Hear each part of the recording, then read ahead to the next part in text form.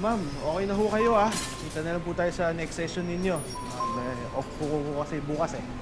Diba, ingat po kayo. Bye. Kuya, Oh, Loe. Bakit? Anong problema? May sakit ka ba? sinabutan pa kita dito. Para kasi...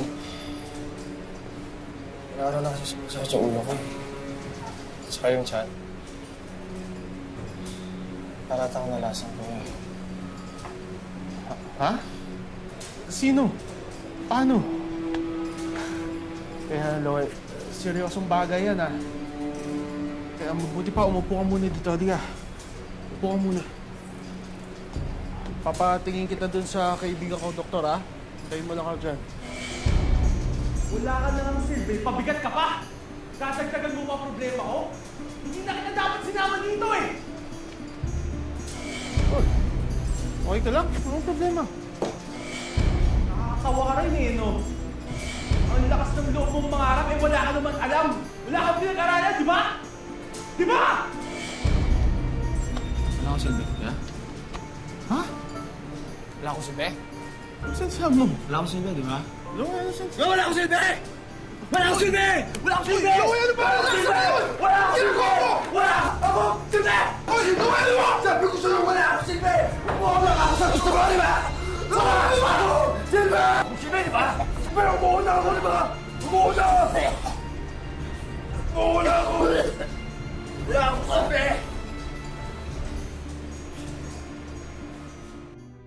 Kung minsan, kahit maganda ang ating hangarin sa buhay, hindi na ayon ang resulta o kahihinatnan. Ganito ang hatid na kwento namin ngayon. Isang binata na nangarap para sa kanyang mga mahal sa buhay, ngunit sinuklian ng trahedya ng kapalaran. Magandang araw po mga kapuso. Ako po si Vicky Morales at ito ang Wish Ko Lang. Meron ka bang alam na dahilan na nag-trigger nito sa kapatid mo? Wala ho, Dok eh. Hindi ho din uso yung ganitong klaseng sakit sa pamilya ho namin. At wala din kamo siyang bisyo. Wala ho, Dok. Hindi ho siya naninigarilyo. Hindi din ho siya umiinom. Kaya imposible din ho na nagdadrag siya. Pwede mo bang ikwento sa akin kung paano nag-umpisa ang lahat? Para maintindihan ko kung paano siya umabot sa ganyang kalagayan. Siguro ho, Dok, nagsimula to nung bumalik ho ako doon sa probinsya namin. Panganay po kasi ako. Breadwinner ng pamilya. Kaya ako, nagbakasakali ako umalis at naghahanap buhay. Sinwerte po ako dahil nakatapos ako ng massage therapy course. Pagiging caregiver. Iba't ibang trabaho din ang pinasok ko. Sayang na, kuya. Hindi ako nakapag-aral ng physical therapy na yan. Hindi sana, parehas tayong kumakayod niya. Uy, bakit, ha? Tumutulong ka naman sa pagkapas ng palay, hindi ba? Nay, ang ibig ko sabihin, yung maayos na trabaho. Yung malaking sweldo para kay kuya.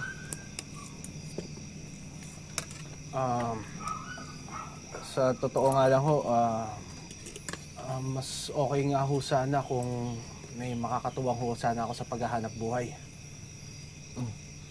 Eh di kuya, sama mo na ako sa Nueva Ecija. Makakahanap naman ako ng trabaho dyan, panigurado eh. Hindi, dito ka lang. Hindi ka aalis. Nay, 17 na po ako. Eh, mukhang malabo naman na makapagtapos ako ng pag-aaral. Tsaka nasasayang lang yung buhay ko dyan sa pag-apas ng abaka eh. Nay, gusto ko lang tumulong.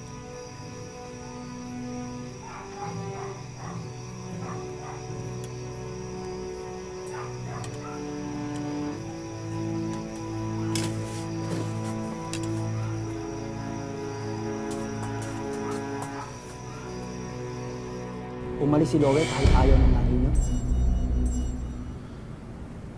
Desidido ho kasi talaga magtrabaho si Loe.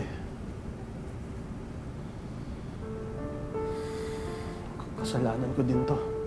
Bakit naman? Dahil ako ho ang nagdala sa kanya dito. Akala ko ho, siswertehin din siya. Kagaya ko.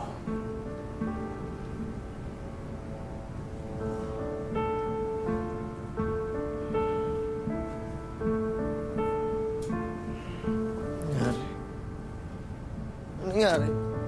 Ano to? Kuya, ano to? Ano nangyari? Kuya, ba't ako nakagapos? Kuya! Loe, nagwala ka kanina.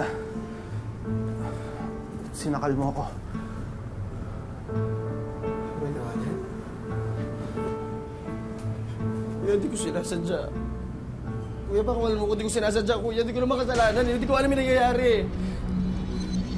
Baka wala niyo ako dito! Loe, alam ko yun. Alam ko. Loe, ano ulit yung nangyayari sa'yo? Yung tungkol sa nalason ka? Kuya, wala akong kasalanan. Kuya, wala akong kasalanan. Ako ulit yun. Loe, alam ko. It's okay, Lola. Relax. Relax. Naniniwala kami sa'yo. Pwede mo ba ikwento kung ano mga nangyari? At yung sinasabi mo na nilason ka, Ayos naman yung trabaho ko. Nakapasok ako bilang boy sa katayan ng baboy. Masanay ka na dyan. Pabait naman sa akin sila Boss Estong eh. Tsaka yung mga matadero niya. Sige. Miguel, Mark. Si Loe. First day niya. Mahirap ang trabaho doon. Pero pinipilit kong kayanin.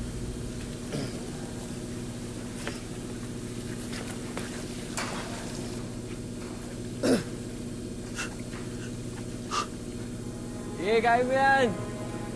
Hinga-hinga ka lang.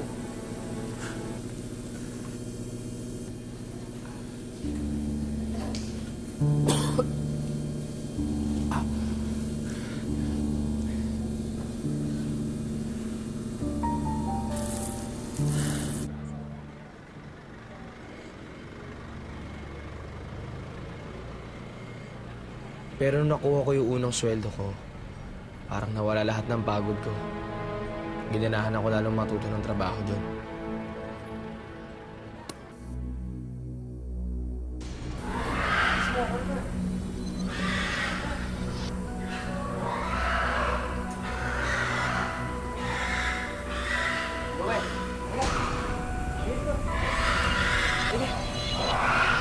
Gusto mo malaman kung ano yung sikreto namin?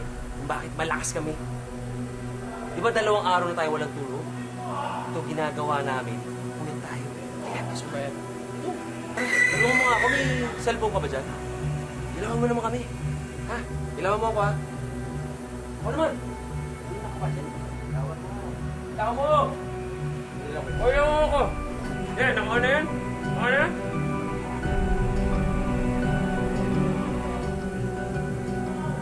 Ganun. Halika. Sige ko yung ganun. Tumatangi ka? Ha? Di ba sinabi ko naman sa'yo, importante dito ang pakikisama. Ang samahan. Kuya, hindi lang kasi ako sanay sa ganyan. Ba? Tinatalo mo kami. Kulong to ah. Tinatalo mo kami, ha? Sigurado ka? Kaya mo, Mark, may ibang paraan para tulungan tong batang to eh. Ha? Handa mo yan, ha? Sige na, umalis ka na. Kasi, marami mo.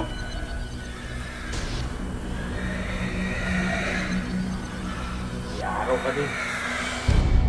Ano pang nangyari pagkatapos nun? Tuloy na lang ako ng ang pahirapan ko.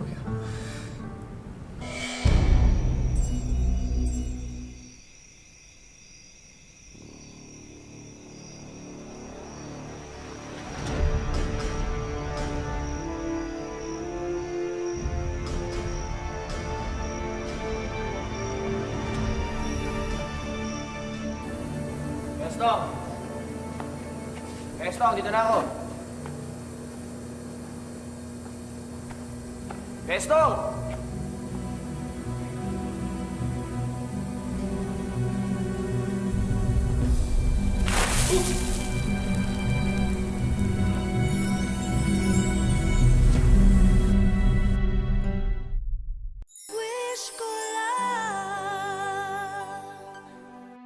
Halos 1 taon na sa kanyang trabaho sa Katayan si Loe. Nakakapagpadala na siya ng pera sa kanyang pamilya. Ngunit nagkalamat ang samahan nila ng kanyang mga katrabaho. At dahil din dito, nasira ang lahat ng kanyang mga pinaghirapan. Kuya!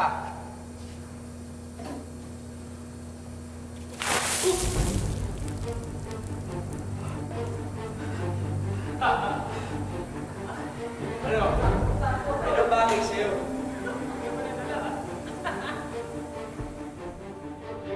Bakit hindi mo sinabi sa akin yung ginagawa nila sa'yo? Sorry kuya, okay lang kasi madami ko pa sa mga problema ko eh. Ano pa? Ano pang ginawa ng mga hayop na yun sa'yo, ha? Kuya, marami.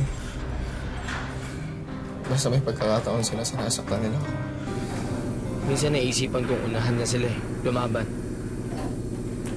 Pero 3 sila, isa lang ako. Ano? Tuloy mo, halika. Tapang ka na ano? Ano, papalag ka na?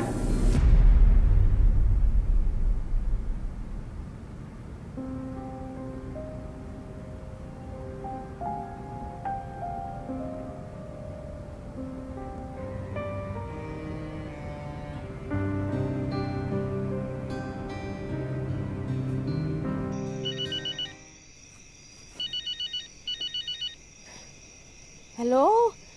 Lowe, anak. Naku naman, akala ko hindi ka natatawag. Nak? Hey, ano? May mabuting ako dito. Okay lang ako. Natanggap mo ba yung yung huling perang pinadala ko? Oo, iniipon ko lahat ng padala mo. Eh, malaki-laki na yata yun eh. Mabuti naman po, Nay. Mabuti naman. Eh, nak, huwag ka makukulitan sa akin ha, pero baka naman pwedeng umuwi ka na kasi malaki-laki na rin ang naipon natin. Nay, kulang pa kasi yan. Kulang yun sa pagpapagawa natin ng bahay. Hindi, contact case na lang. Malapit na rin ako buhay, ha? Sinuli na okay na, Nay. Ginawa mo lang naman yun dahil mahal mo si nanay. Hindi kasalanan yun. Pero paano yung laso na sinasabi mo? Paano kanila nilaso?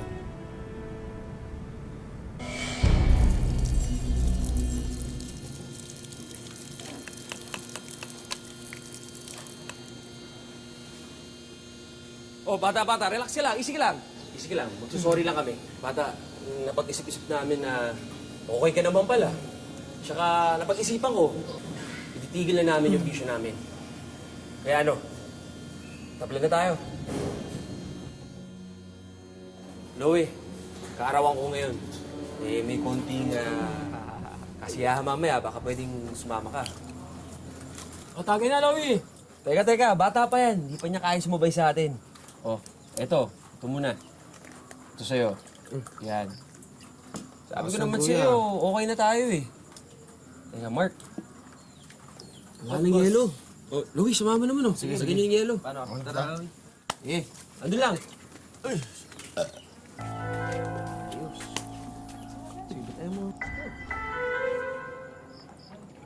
Ubusin na natin. Yan. Agal nyo ah. Saan nyo pa kinuha yan sa tindahan? Bagal bata mo eh. Oh, eto ha. Kuya parang tukwas ha. Dahil kaarawan ko ngayon, at ikaw ang pinakabata, ikaw ang pinakabugoy. Ang pinakabagong tropa, ito sa'yo.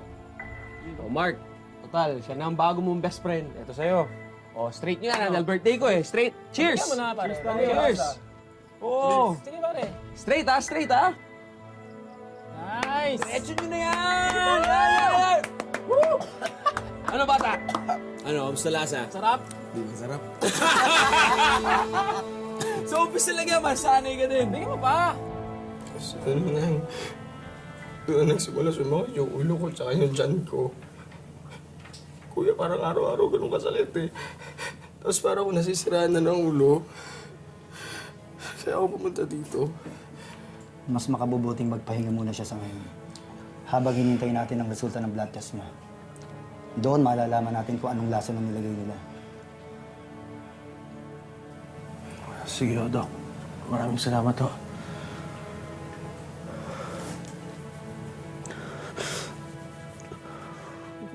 Huwag ka mag-alala, Loe. Ha? Huwag ka mag-alala. Aayusin ko to. Akong bahala. Akong bahala sa'yo. Iuuwi kita.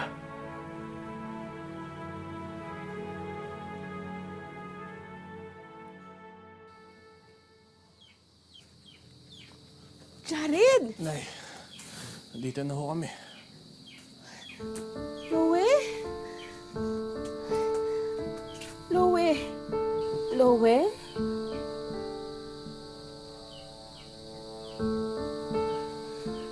Loe, anak? Loe? Bakit siya ganito? Loe? Kawawa naman ang anak ko. Pinagamot ko na po siya. At may nakita hong chemical sa dugo niya. Kaya baka tama ho yung hinala ni Loie na nilason ho siya. Nilason siya? Wala bang gamot doon sa lason na yun? Sa ngayon ho, pinag-aaralan pa po nila eh.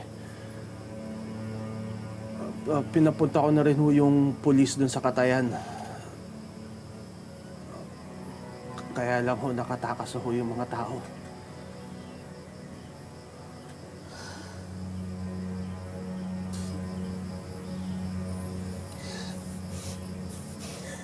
Loe? Loe, bakit? Wag. Ayoko hawakan. Ayoko hawakan. Ayoko hawakan. Wag! Ayoko! Ayoko! Huwag mo hawakan! Nasa bahay ka na! Bakit na sa bahay? Huwag sabi ako hawakan eh! Sana di ako umalis! Sana di ako nagtrabaho! Dapat di ako umalis! Ba't di ako umalis eh? Huwag mo hawakan. Huwag mo hawakan. Huwag mo hawakan. Nasa bahay ka. Hindi kita aanuhin. Oh! Sabi ko walang hawak! Sabi ko walang hawak eh! Sabi ko walang hawak! Sabi ko walang hawak eh! Sabi ko walang hawak eh! Sabi ko...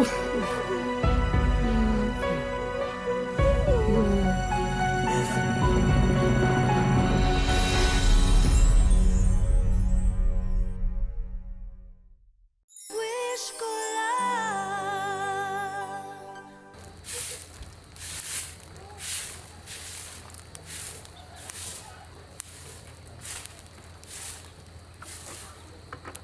Oh, kamusta na po si Loe? Nahihiyak bata niya. Matay na sana siya doon sa trabaho niya! Yes, sir. Pasensya na po. Andito ho kasi ako ngayon sa probinsya eh. Okay po. Sige po, sir. Tatawagan ko na lang ho kayo pagka nakabalik na ho ako. Malas ako sa kapatid. Malas. Anak, kamusta ka na, ha?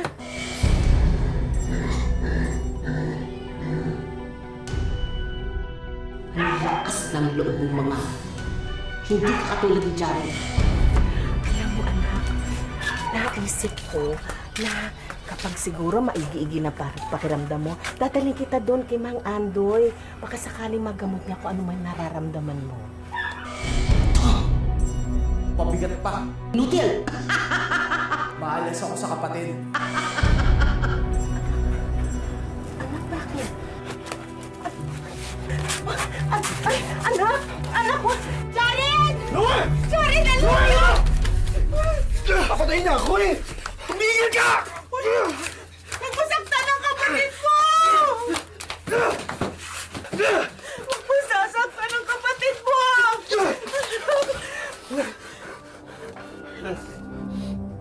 Nay, huwag kayo lumapit.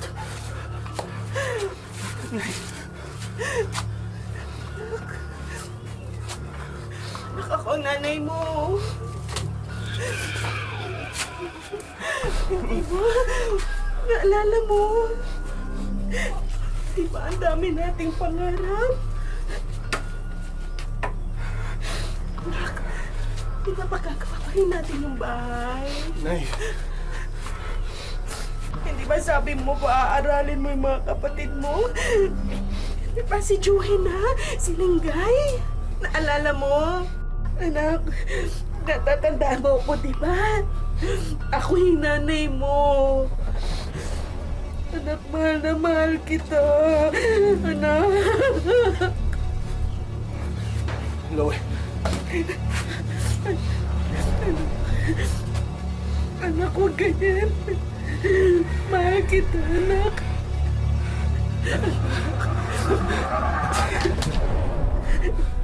Sorry.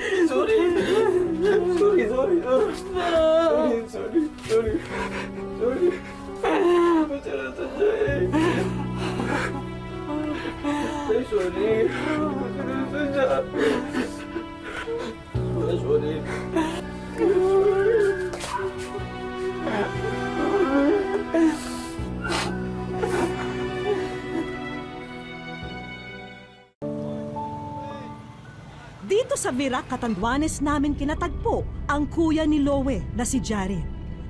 Sabay na raw kami sa kanya sa pagbisita niya sa kanyang kapatid. Hindi pa po maayos yung kapatid ko ngayon. Noong April 18 po, may nakita po ako sa kanyang kakaibang sintomas. Kasi iba na po yung kanyang kinikilos. Bali, nakunan ko pa po ng video yung kanyang mga ginagawang kakaiba. Parang hindi po yung si Louie yung nakikita ko. Pagdating namin sa kanilang barangay, Tol, kumusta ka na? isang kalmadong Loe ang inabutan namin. Kumusta ka na? Ha? China ako. China ka na? Kung pakikinggan daw ang sinasambit niya, makukumpirma na may problema siya sa pag-iisip. Wala pang sakit si Louie. Laging akong tinutulungan, ayaw niyang napapagod ako. Tsaka umalis siya para nga ayusin yung namin buhay para daw dahil hindi nga siya pagtapos ang pag-aral, gusto niya matulungan ako para kami sa kahirapan. Napakalambing po niya, tsaka napakabait talaga. Hindi siya gaanong palaimik, pero malambing siya. Tsaka seryoso siya pagdating sa hanap buhay. Hindi ko talaga matanggap na nagkaganyan yung anak ko. Para akong natulala yung pagbaba nila dyan sa kasi kuya niya. Tsaka umalis siya maayos, pagdating niya gano'n na. Labis din nilang binabantayan kung susumpungin siya. Dito raw kasi nagiging bayolente ang binatilyo at nakakapanakit na ng kapwa. Sabi ko, Diyos ko, bakit ako binigyan ng ganitong pagsubok? Parang hindi ko kakayanin. Pero nananalangin din ako sa Diyos. Nasabi ko, Diyos ko, araw at gabi nananalangin akong bumalik ang anak ko kasi parang hindi ko talaga matanggap na nagkaganon siya. Kaya naman kahit masakit para kay Nanay Josefina, hindi siya nagdadalawang isip na igapo sa higaan na lang si Loe sa mga araw na nagiging marahas siya. Kailangan siyang itali kasi tumatakbo siya ng hindi niya alam, hindi alam kung saan pupunta. Tsaka balay mo, naagawan ako niya minsan ng itak kasi nagbukas ako ng sardinas, yun ang natakot ako. Tapos tumakbo dito sa dito sa kabilang bahay, tinaga-taga niya yung ito, mga inuupan ko.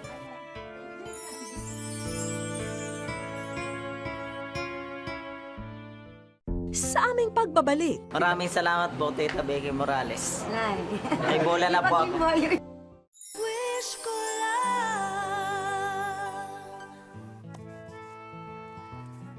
nakabihis ang mag-iina nang bisitahin namin sila kinabukasan. Papasyal daw kasi sila sa bayan. Pero sa kanilang paglabas sa bahay, napansin nila ang isang liham na nakasabit sa may bintana. Sa wish ko lang po. Pamilyar ang liham na yon para kay Jared dahil ito ang sulat na pinadala niya sa wish ko lang. Sa sobrang pagmamahal ko po sa kapatid ko, para sa kanya talaga yung lahat ng ginawa ko po. Habang buhay ko talaga hindi na siya gagaling-alagaan ko siya. Kasi kung hindi dahil sa kanila, wala ako dito. Mahal ko sila eh. Pero ang mas nakakahanga ng mga sandaling yon ay si Loe na maayos ang kinikilos. Pipilitan ko pong gumaling na para makatulong po sa inyo. Isang mahalagang tao ang dadayuhin namin ngayon. Ang doktor na tumingin at nagreseta ng mga gamot ni Loe. Ayon kay Doc Gibson, malaki raw ang ipinagbago ng kanyang pasyente mula nang huling masuri niya noong nakaraang Abril. Nung unang dinala sa akin si Louie, hindi ko siya talaga makausap. Kumbaga blank stares lang. Tapos pag nagsasagot naman siya, talaga napaka-irrelevant, no? And then may violent tendency siya, tapos irritable din. Tapos nag-follow up na rin siya sa akin for the first time.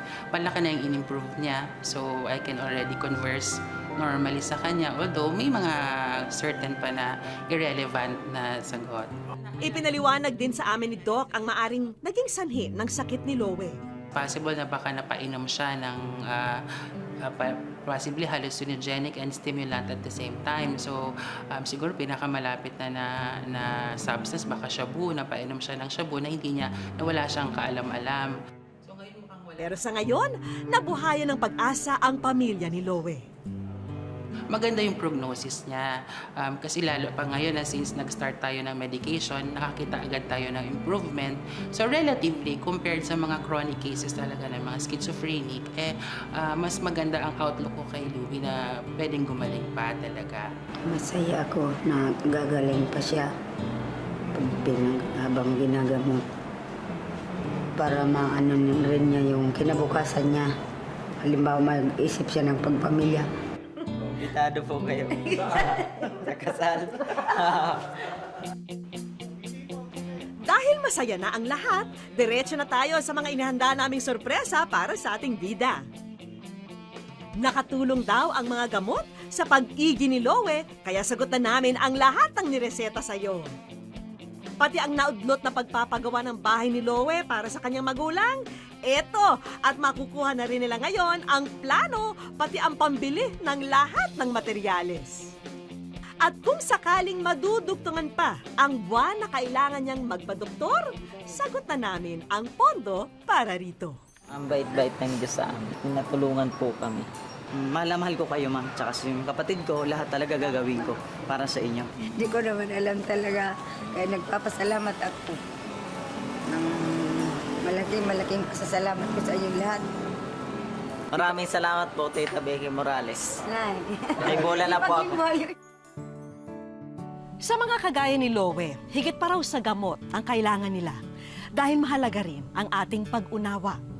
Dito rin masusukat ang ating hangganan ng tunay na pagmamahal kapag tayo'y handang magtiis at magtiyaga para sa kapwa nating nangangailangan ng kalinga. Hanggang sa susunod na Sabado mga kapuso, ako po si Vicky Morales at ito po ang Wish Ko Lang.